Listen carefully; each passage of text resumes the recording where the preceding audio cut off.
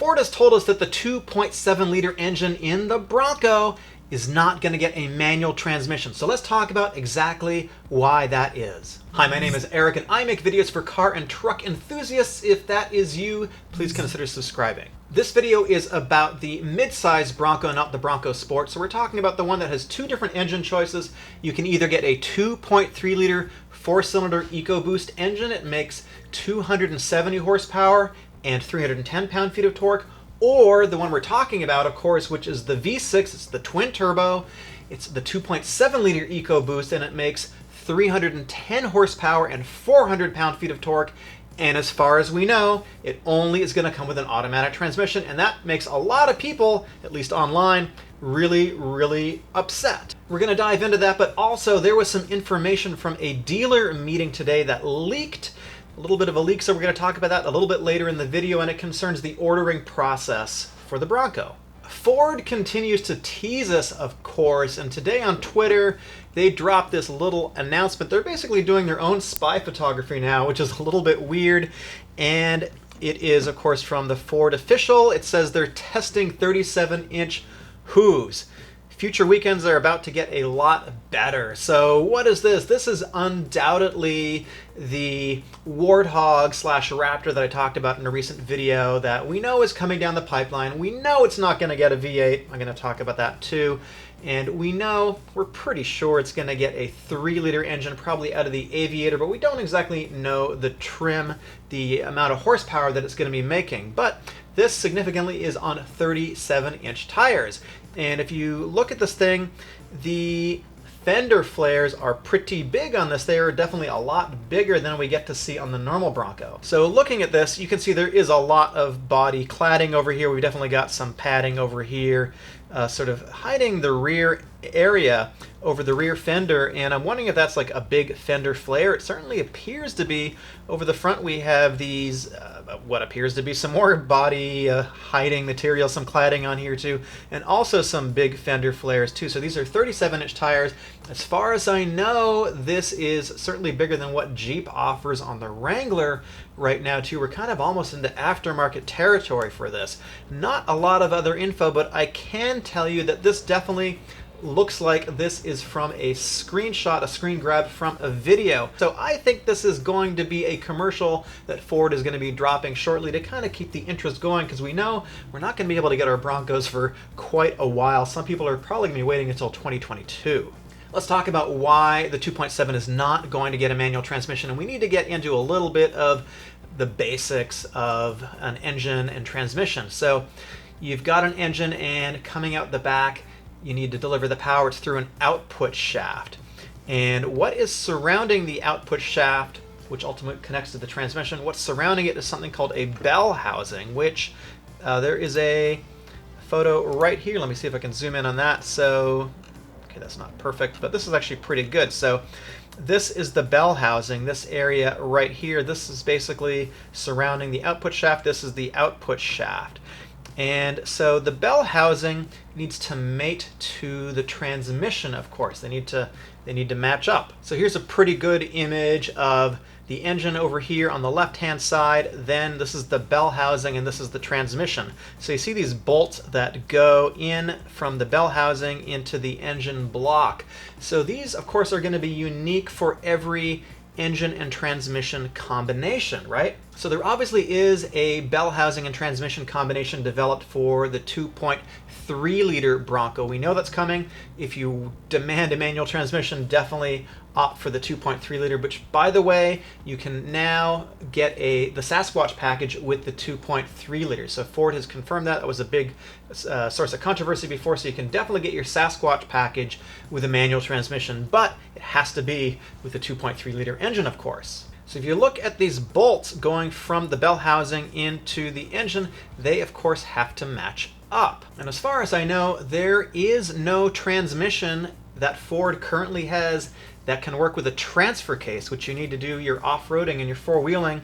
As far as I know, there is no transmission that is available for the 2.7 liter, which of course is in a manual that matches up with the bell housing and has this bolt pattern. So as far as I know, and correct me if I'm wrong, Ford does not have this transmission available in-house. So one of the things Ford would have to do, they'd have to develop a specific flywheel, clutch, and pressure plate combination. I've got that up over here. The flywheel is attached to the engine, and when you engage the clutch, they basically connect. The pressure plate basically allows you to engage or disengage the clutch.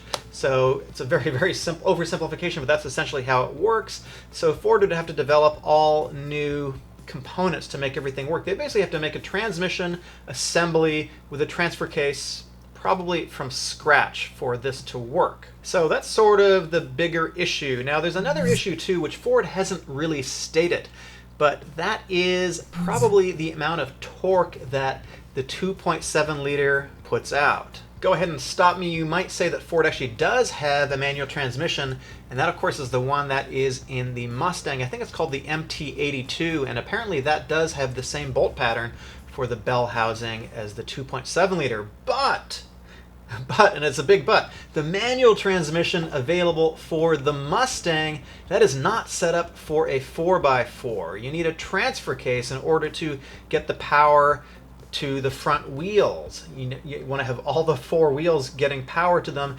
The Mustang obviously is rear-wheel drive only, so it's not a viable option. So again, as far as I know, there really is no transmission available that Ford has in-house for this purpose. So what about just taking the same transmission that they're going to use for the 2.3 liter, adapt it and make it work with the 2.7? Is that really an option? So I did a little bit of research, and again, feel free to correct me if I'm wrong, but in terms of the torque rating, apparently the transmission that they are using in the 2.7 liter, apparently it is sort of right at the edge of the torque capability of the 2.7. So in other words, 400 pounds-feet of torque going through the transmission. Apparently that's right at the limit of what the transmission can handle. So people say, well, hey, maybe that's not a problem. Just drop it in. It's going to be fine. Well, you got to remember, these things are going to go in for warranty. People are going to abuse the heck out of these vehicles. They're taking them off-roading. They're putting them in all kinds of crazy conditions, of course. And when you start having a power output that is at the limit of what something can do mechanically, it's going to start breaking in the edge circumstances. So probably 10% of the people that use it that are going to be going off-roading are going to have some breakage, and that is not something Ford wants to warranty. You want to have a capability, a torque capability, which is, got a good bit of overhead, significantly higher than what the engine is outputting, so that you can handle the amount of torque coming out of this thing and not starting to break gears and snap things. Remember, we're talking about a fair bit of torque, and then with the low-speed crawling gears, you're going to have a little bit more torque coming out of this thing. Torque to multiplication is going to be quite a bit higher, and you've got these 35-inch Sasquatch tires. You're putting a lot of strain on the drivetrain through a manual transmission, which was not designed to handle this amount of torque. So that is really the second reason why it's not going to happen right now. And of course, there's a huge, huge third reason, and that is consumer demand. Even though you right there, you say that you are going to order a manual transmission with the V6 Ecoboost, that you're definitely going to order it. Well, actually, you are not, because you only are 1.6%, maybe up to 3%, depending on who you talk to, of people that actually order manual transmissions in vehicles in the US across the entire a number of cars sold in the US. So it's a very, very small percentage, shrinking percentage of people that order a manual transmission. So this all boils down to cost, of course. How much development time, how many millions or tens of millions of dollars is Ford going to put into developing a manual transmission, certifying it with the EPA, other regulatory agencies for emissions and CO2 production, all that kind of stuff? Every unique drivetrain needs to be certified, as I understand it. How many tens of millions of dollars is Ford going to put into that for a very small number of people who are actually going to order it? Ford Authority had an interview with Chief Bronco Engineer Eric Loeffler, and he actually flat out said this.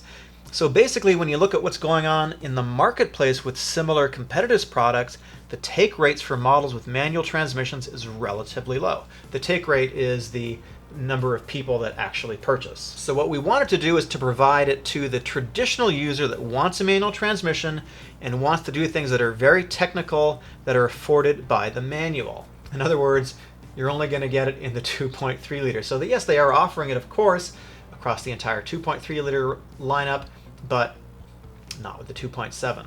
And he goes on to say the manual in the 2.3 was paired up with someone that would want to do it in the rock crawling world, and that creeper gear is fantastic. So it's well tailored to that engine and that particular application. So you can kind of read between the lines there. It is set up for the 2.3 liter, not the 2.7. And there are, of course, people that are talking very, very loudly in places like Facebook groups. Yeah, no manual V8 is hard to get past for me. I'm happy that they decided to pair the Sasquatch package with the stick because I know 5 people, 5, that will now be buying one because of this. However, for a true enthusiast and purist, I just can't bring myself to spend the money on cars to bring my, so you get the point here basically. This guy is not going to buy a Bronco because it's not a V8 manual. And we already talked in the last video why we're not getting a V8. It's just not going to happen. And basically that boils down to emissions. So you have people like this who like to complain very, very loudly. In fact, the Bronco group is filled with people who love to complain about everything that is wrong with the Bronco and everything that they can't get. That's just sort of the nature of things. The Bronco is actually one of the most configurable, I'm going to call it inexpensive vehicles that you can buy in the US right now. Maybe the most configurable, I think. I haven't seen anything like this for a long time. So go ahead and complain. Ford definitely does listen to some of the complaints. They brought us the manual with the 2.3 liter Sasquatch package across the entire lineup. So definitely go and keep complaining. But we're not going to get a V8, and we're definitely not going to get a V8 manual, and I can't think of anything that does offer a V8 manual in this class at all. Today there was a dealer meeting that Ford put on for dealers that are selling the Bronco, which presumably is all Ford dealers, and this person at Granger Ford said, I can share a few things from the meeting, and this has to do with the allocation and builds. So reservation conversion, which means reservations are going to start turning into orders in December, and they're going to do 40 to 50 per day, it sounds like. The reservation cutoff for a new Bronco is going to be January 2021. Ford plans to build all the Bronco orders in the 2021 model year. And I understand that there are about 170,000, maybe a little bit more, 180,000 Bronco orders in the system right now. So it's pretty good. They're definitely hitting their expectations.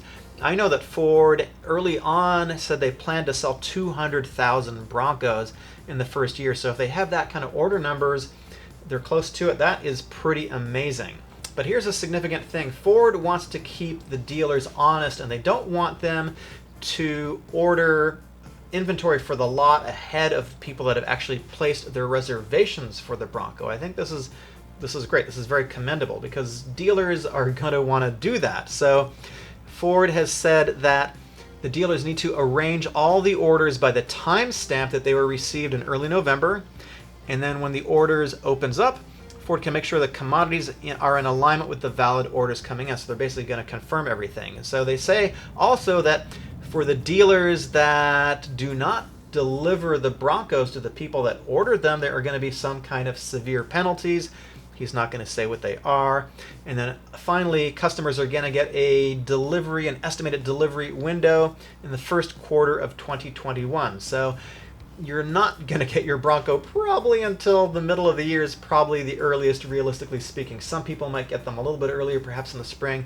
Probably the people that got the first edition reservations, but again, I'm just speculating here. Here's another photo of Ford testing the Bronco with the 37-inch tires. Of course, this is over at BroncoNation.com, and they say it has BF Goodrich KO2 all-terrain tires, wider track, and fender flares seem to keep the vehicle, the center of gravity, low despite the increased ride height. So it does have a wider track, which means that the wheels are going to be a little bit farther apart than on the regular line of Broncos. Here's a couple more photos, and Ford has confirmed that this is not going to be for 2021.